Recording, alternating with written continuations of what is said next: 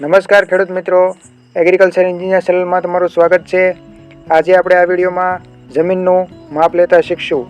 ખેડૂત મિત્રો, આપણે ટ્રેક્ટરના ભાડા કરતા જે ખેડૂત મિત્રો છે તેનો ઘણીવાર ખેડૂતનો પણ કંઈક અલગ મત થાય છે અને ડ્રાઈવરનો પણ કંઈક અલગ મત થાય છે કે કેટલા વીઘા જમીનમાં કામ થયું છે, તો તે વખતે તમે શું કરશો? અથવા તો કોઈ પણ મોંઘું બિયારણ તમારે લાવવાનું છે તો કેટલા વીઘા માટે લાવવાનું છે તેનું માપ લેવા માટે તમે શું કરશો? તો આજે આપણે એક એવી એપ્લિકેશન વિશે વાત કરીશું જેનાથી તમે ઘર બેઠા, જો તમને વાડીનું લોકેશન ખબર હોય તો તમે એનું માપ લઈ શકો, અથવા તો તે વાડીમાં હાજર રહીને તમે છેડા ફરતે ચાલીને ચોક્કસ માપ લઈ શકશો। અને સાથે સાથે આપણે મીટર વર્ગમાંથી વીઘામાં કેવી રીતે ફેરવવું તે પણ જાણશું। તો ચાલો શીખીએ। સૌપ્રથમ પ્લે સ્ટોર ખોલીને તમારે ફિલ્ડ એરિયા મેજર નામની એપ્લિકેશન ડાઉનલોડ કરી લેવાની છે।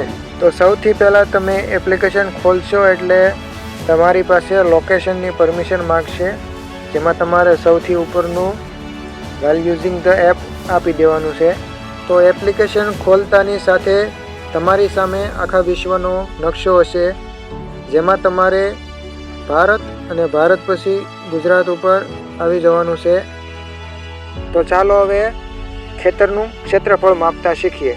સૌથી પહેલાં જો તમે ક્યાં નકશામાં ઊભા છો એ તમને ખબર ના હોય તો તમે સેટિંગમાં જઈ આ લોકેશનને શરૂ કરીને પછી આની ઉપર ક્લિક કરશો એટલે તમે જ્યાં હશો ત્યાં આવી રીતે વાદળી ટપકું આવી જશે, તમે ત્યાં ઊભા છો। જો તમારે લોકેશનના આધારે વાડી ફરતે ચાલીને માપવું હોય તો આ લોકેશન જરૂરી છે, અને જો એક જગ્યાએ બેઠા બેઠા માપવું હોય અને ક્યાં ખેતર છે તમને ખબર હોય તો આ લોકેશનની કાંઈ જરૂર નથી। તો નીચે આ સરવાળાની નિશાનીમાં આપીને તમે જોઈ શકો, સૌથી પહેલો ઓપ્શન છે ડિસ્ટન્સ એટલે કે અંતર માપવું, પછી છે એરિયા એટલે કે ક્ષેત્રફળ માપવું। જો તમારે અંતર માપવું હોય તો તેના ઉપર ક્લિક કરીને ઉપર મેન્યુઅલમાં જશો એટલે તમે ખેતરમાં ગમે ત્યાં એક પોઈન્ટ ઉપર ક્લિક કરશો એટલે ત્યાં ટપકો આવી જશે, અને બીજા પોઈન્ટ ઉપર ક્લિક કરશો એટલે એક સીધી રેખા બની જશે અને એનું અંતર તમને ઉપર બતાવશે, જે 52 મીટર બતાવે છે।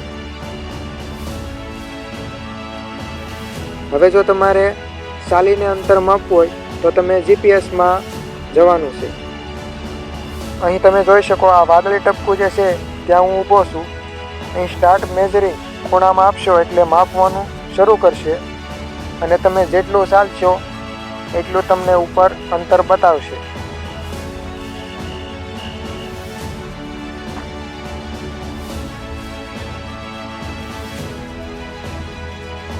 અહીં હું 10 મીટર ચાલ્યો છું તો એટલું અંતર બતાવે છે। હવે આપણે એક જગ્યાએ બેઠા બેઠા ખેતર કેવી રીતે માપવું તે જોઈએ। તો એના માટે તમારે સૌથી પહેલાં આ સેટિંગમાં જઈને અહીં એરિયા યુનિટમાં મીટર સ્ક્વેર, જે મીટર વર્ગ લખેલું છે તેને તમારે રહેવા દેવાનું છે, બાકી બધાને દૂર કરી દેવાના છે, જેથી આપણને વીઘામાં ફેરવવા માટે આસાની રહે।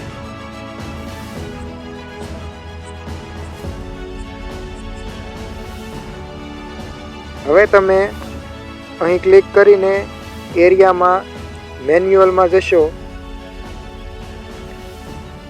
પછી જે ખેતર તમારે માપવાનું છે તે તમારે ગોતી લેવાનું છે। એ ખેતરના એક ખૂણા ઉપર તમારે ક્લિક કરવાનું છે એટલે ત્યાં ટપકો આવી જશે। પછી તમારે તે ખેતરની બોર્ડર ઉપર ક્લિક જેમ તમે કરતા જશો તેવી રીતે ત્યાં લાઈન દોરાતી જશે, તમે જોઈ શકો છો। તમને ખેતરની ખબર હોવી જોઈએ કે મારે ક્યાંથી ક્યાં માપવું છે। અહીં દાખલા તરીકે અહીં જોઈ શકો એક ઝાડ દેખાય છે, તો મારે દાખલા તરીકે ઝાડ સુધી માપવું છે તો ઝાડ ઉપર ક્લિક કરીશ, પછી ત્યાંથી વળી જઈશ, અને પછી જો મારે આ ટપકાને બદલાવવું હોય તો ટપકા ઉપર ક્લિક કરીને પછી આજે આવ્યું તો આને હું ફેરવી શકું છું, પછી મારે લીમડાથી આ પાળા સુધી લઈ જવું છે, તો ત્યાં લઈને મૂકી દઈશ. પછી ત્યાંથી પાછો આપણે માપવાનું શરૂ કરીશું. તો બોર્ડર ઉપર ક્લિક કરતાં આવી રીતનો આકાર બનશે. આવી રીતે ક્લિક કરતાં કરતાં આપણે જ્યાંથી શરૂ કર્યું ત્યાં આવી જવાનું છે. આવી રીતે આકાર બન્યા પછી તમારે કાંઈ ફેરફાર કરવો હોય તો તમે ટપકા ઉપર ક્લિક કરીને આ ટપકો આવી રીતે લઈ શકો છો. એટલે આવી રીતે ખેતરનો આખો આકાર બની જશે અને ખેતરનું આખું ક્ષેત્રફળ જે છે એ તમને અહીં ઉપર બતાવશે. એરિયા લખેલું છે અને 6221.284 મીટર વર્ગ એ આ ખેતરનું ક્ષેત્રફળ છે. હવે મિત્રો વીઘામાં ફેરવવા માટે તમારે 6221 ભાગ્યા 1600 કરવાનું છે. એટલે તમારી સામે વીઘાનું માપ આવી જશે 3.88. આ પોઈન્ટ પછીના 2 અંક જ તમારે ગણવાના છે. હવે આની સાથે સાથે વીઘાનું થોડુંક ગણિત પણ આપણે જોઈ લઈએ. 16 ગુઠાનો જે વીઘો આવે છે તેની આપણે વાત કરી. તો મિત્રો 100 મીટર વર્ગ ઉપર 1 ગુઠ્ઠો થાય છે. 16 આવા ગુઠ્ઠા થાય ત્યારે 1 વીઘો થાય છે, જે સૌરાષ્ટ્રમાં વીઘો ચાલે છે તે.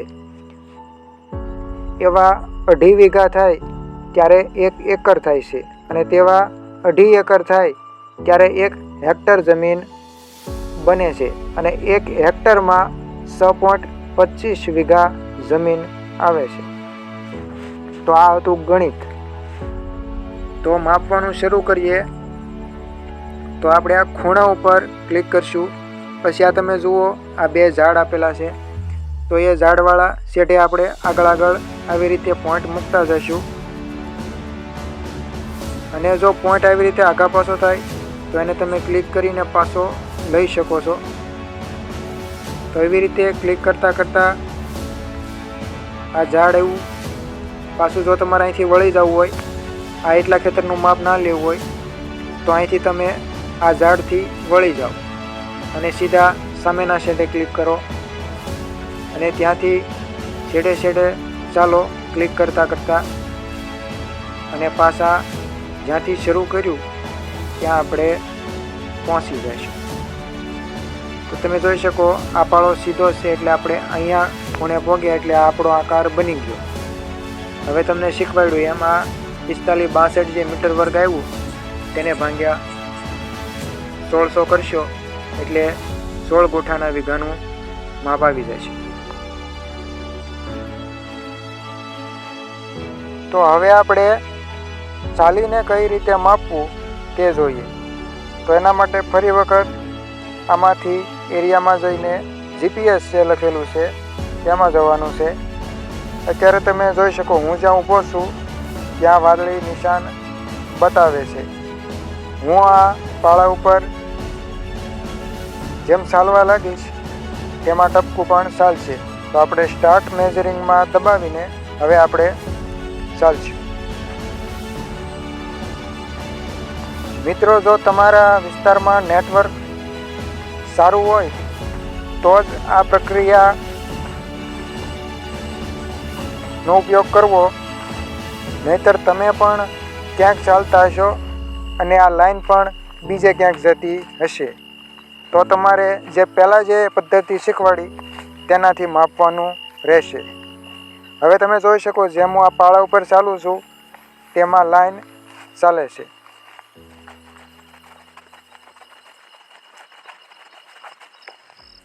હવે અહીંથી આપણે એક વળાંક લઈએ.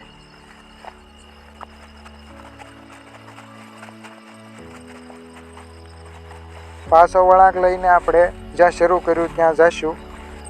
મિત્રો અગાઉ તમને જે પદ્ધતિ શીખવાડી તેમાં પોઈન્ટ પસંદ કરવા માટે તમારે નકશામાં જે પાળા ઉપર ઝાડ દેખાતા હોય અથવા કાંઈ મકાન હોય અથવા પાળા ઉપર બીજા કોઈ જે નિશાન નકશામાં દેખાતા હોય તેનો તમારે આધાર રાખવાનો છે અને એના આધારે તમારે તમારો છેડો નક્કી કરવાનો છે.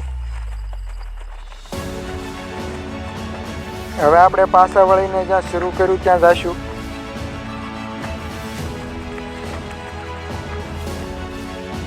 તો પાછા તમે તે જગ્યાએ પહોંચી જાઓ એટલે તમારે આ પીળા બોક્સમાં જે ડન લખેલું છે ત્યાં આપી દેવાનું છે. એટલે તમારી સામે જેટલા એરિયામાં તમે ચાલ્યા છો તેનો નકશો અને તે એરિયા ઉપર લખેલો આવી જશે, જે છે 747 મીટર વર્ગ. આ પોઈન્ટ તમારે જોવાનો નથી કારણ કે મીટર વર્ગ બહુ નાનો એકમ છે. એના પોઈન્ટમાં જે આવે તેને આપણે ગણતા નથી. તો 747 ભાગ્યા 1600 કરશું એટલે 0.47 એટલે કે પોણો વીઘો જે છે એમાં આપણે ચાલ્યા. અને મિત્રો, આવા વિડીયો બનાવવા માટે ખૂબ જ મહેનત લાગતી હોય છે. તો તમને આ વિડીયો કેવો લાગ્યો?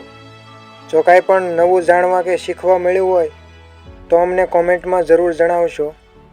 વિડીયો પૂરો કરીએ. જય શ્રી રામ.